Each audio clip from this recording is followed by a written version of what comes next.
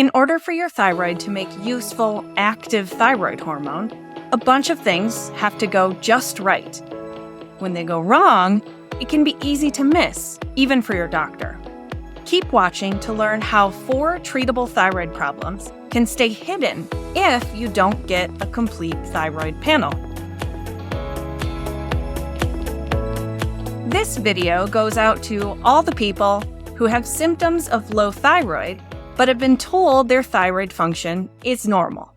I hear from these people every week, and believe it or not, when we get them complete comprehensive testing, we often find that their thyroid function is not normal after all. This is a crucial first step because once you know that things aren't as they should be with your thyroid, you can finally do something about it, meaning you can get relief from common symptoms like weight gain, fatigue, anxiety, trouble sleeping, hot flashes, hair loss and thinning, bloating, indigestion, and other miserable and pretty serious health problems. In functional medicine, we always want to understand why symptoms and dysfunction happens. So let's start with a quick refresher on how the thyroid works. That way we can understand what we need to do to detect and correct things when they go wrong. The story of the thyroid begins in the brain, specifically an area of the brain called the hypothalamus. Now, if you've checked out any of my videos on stress and cortisol, you might recognize the hypothalamus as the H in the HPA axis, which is in charge of your body's stress response. Tuck that little nugget of info under your hat for a second, because we'll be coming back to it later. When the hypothalamus receives a signal from your body that it needs to tweak your metabolism, it sends a hormone messenger called thyrotropin-releasing hormone, or TRH, to your pituitary gland. You might remember from high school biology class that the pituitary is known as the master gland because it makes so many different hormones that regulate all kinds of functions in your body.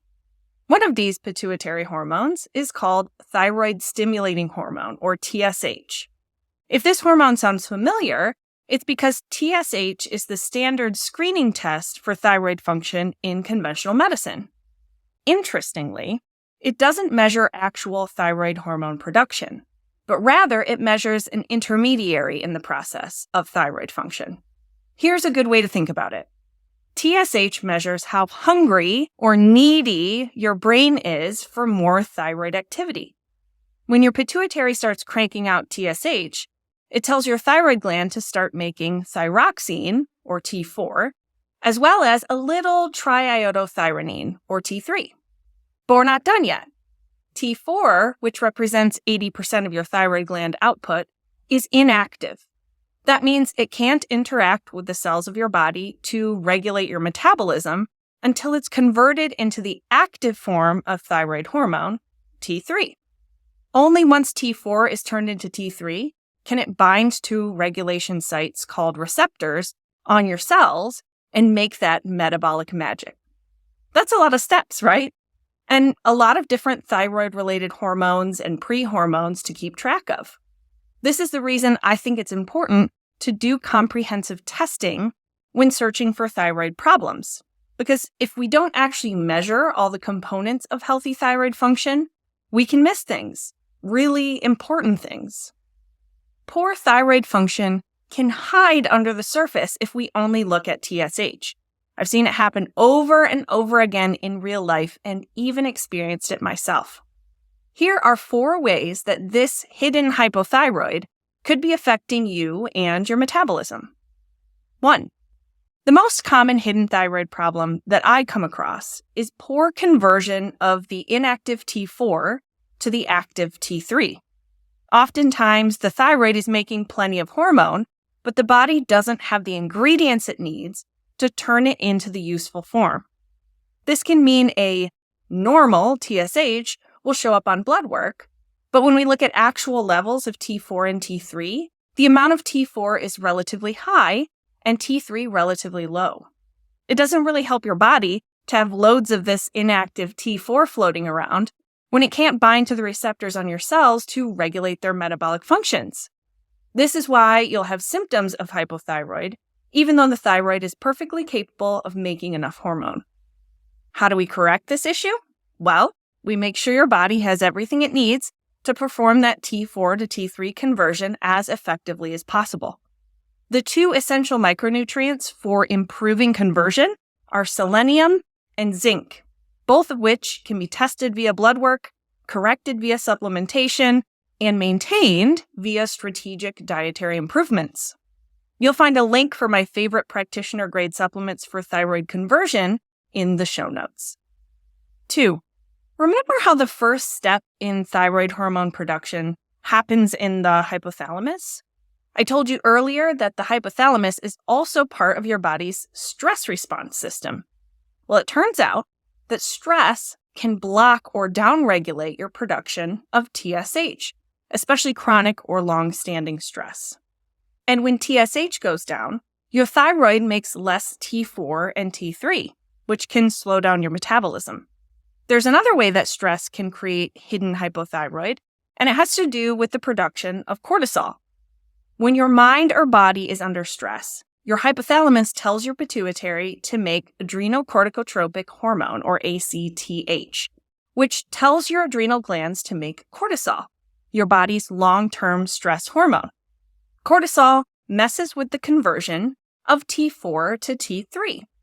Instead of using selenium and zinc to make active T3, your body makes reverse T3, which actually blocks thyroid function. So you're turning one inactive form of thyroid, T4, into an even more unhelpful form, reverse T3. This conversion is increased by trauma, a low-calorie diet, inflammation, toxins, infections, liver or kidney dysfunction, and certain medications. Basically, anything that stresses out your system causes an uptick in reverse T3. Imagine with me for just a second that you've been having common symptoms of low thyroid function like anxiety, insomnia, and weight gain. That means both an increase in mental stress from all the worrying and restless thoughts, and physical stress from not getting adequate rest at night. Plus, you're probably going to cut calories or try a restrictive diet in order to combat the weight gain. Unfortunately, all of these factors can increase reverse T3, which sends you on a downward spiral of more and more dysfunction, especially if your doctor only tests TSH and declares your thyroid is normal. This is why it's so important to treat your body's stress response system in addition to your thyroid itself.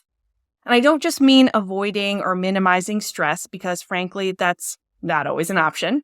I mean getting to the root of stress on a physical level, going beyond mental health treatments, because stress is physical. It's a very real biochemical process that's going on in your body, and it's triggered by all sorts of things that have nothing to do with your thoughts and feelings. The good news is that there are evidence-based functional strategies you can utilize to calm that stress response and find a better equilibrium, ones that also help lower your reverse T3. Be sure to check out the resources in the show notes for more on this really, really important step. Number 3. Okay, let's say that all of this is working just fine. Your pituitary is making appropriate amounts of TSH, and your T4 is converting to active T3 with the help of zinc and selenium. Well, you're still not out of the woods, because that active T3 has to bind to the thyroid receptors on your cells and communicate with the energy-producing mitochondria inside those cells in order to regulate your metabolism. If this process is slowed down or stalled, it's called thyroid resistance, and it accounts for a lot of early hypothyroid symptoms. One of the ways this receptor interaction can get messed up is by reverse T3 because it blocks the ability for active T3 to bind, which also blocks your metabolic boost. Loss of thyroid receptor sensitivity can also be impacted by low zinc, as well as suboptimal vitamin A levels. Again, supplementing with these micronutrients can make a big difference. Surprisingly, exercise is another evidence-based way to improve thyroid receptor sensitivity and lower your cortisol levels. It's a win-win. Number 4. The sneakiest thyroid issue that can fly under the radar is autoimmune thyroid dysfunction, or Hashimoto's. Research shows that one of the thyroid lab measurements for this type of hypothyroid, called thyroid peroxidase antibodies, or TPO, can be elevated for 10 to 15 years before TSH rises above the normal range. That means you could wait literal decades for diagnosis and treatment. Years of miserable symptoms, poor thyroid function, inflammation, and further dysfunction that could potentially be prevented. Hashimoto's often starts with no symptoms, but if you catch it early, it can be reversed. This is probably the biggest reason I recommend complete thyroid panels, to nip this autoimmune condition in the bud before it can do more permanent damage. If you'd like to learn more about this specific type of hidden hypothyroid, be sure to check out my video on leaky gut and thyroid problems. You'll find lots of useful info there, as well as in the show notes. Hopefully at this point, you understand why a complete thyroid panel is worth fighting for, or ordering yourself. At minimum, I recommend testing TSH, free T3, free T4, and TPO. Reverse T3 can also be helpful if chronic stress is part of your story, or if your other labs are in the optimal range despite continued low thyroid symptoms. Speaking of optimal ranges, beware of normal labs that skew high or low. Many endocrinologists and functional medicine doctors agree that people with normal thyroid function should have a TSH of 0.5 to 2.5 milli-international units per liter, not the outdated but more common range of 0.4 to 4 milli-international units per liter. If your doctor can't or won't order these tests for you, or your insurance wants to charge you an arm and a leg to cover them, don't give up. You can order your own at-home complete thyroid testing kit on my website, and I'll even help you interpret the results. I'll put a link in the show notes so you can grab one for yourself. Thanks so much for watching. I hope you found this info useful and encouraging. If you did find it helpful, please hit the like and subscribe button, and make sure to have a look at the resources I've linked for you in the video description.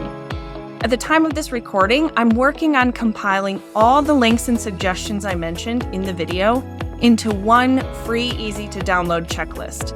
So if you don't see that in the video description right now, be sure to check back in a few weeks. I'll be adding it as soon as I get everything put together. Thanks again, and I'll see you in the next video.